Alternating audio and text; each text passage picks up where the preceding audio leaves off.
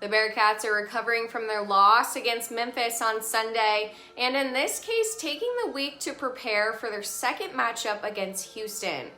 Coach Miller sat down his weekly presser to talk about their loss, how they're moving on, and how they're preparing for their game on Saturday. I'm Regan, and this is From the Logo.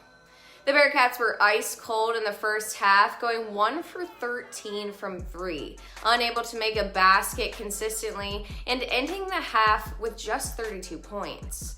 While Coach Miller was able to rally the troops going into the second half and eventually tie the game, the Cats just couldn't pull off a win, falling to 5-3 in the conference play.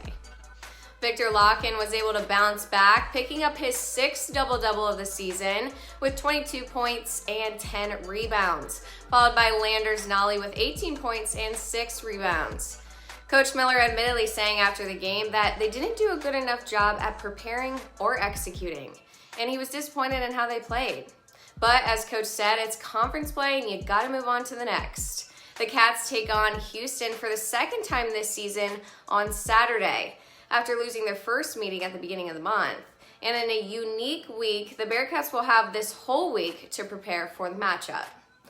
Houston lost their second game of the season last week to Temple in a barn burner, 56-55. So how do you prepare for the number 3 team in the nation? Well, Coach said it's not so much about replicating players, but creating situations to build emphasis on what you're trying to guard. You know, you're not going to replicate players on other teams because, you know, like we got a bunch of guys on our team that are themselves and they're going to go out and practice and be themselves. But let's say Jarris Walker is, you know, really good, you know, driving it from 17 feet. I'm hypothetically speaking here. You know, it's not about replicating Jarris Walker. It's about getting good at guarding somebody from the 17-foot mark and the way that he drives and the emphasis. Maybe he drives right or something like that. That's the way you try to prepare. It's not, you know, when you're preparing for a guy that's thought of as a top 10 pick in the next draft, you're not going to have a body out there that resembles that on your scout team.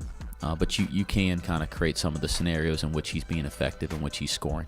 And of course, focusing on us, Coach says. When we get away from defending collectively, we're not quick enough to the ball, and we're not getting in the right position on offense, that's when we aren't as good. You can catch Cincinnati on CBS at 2:15. I'm Regan, and that was From the Logo.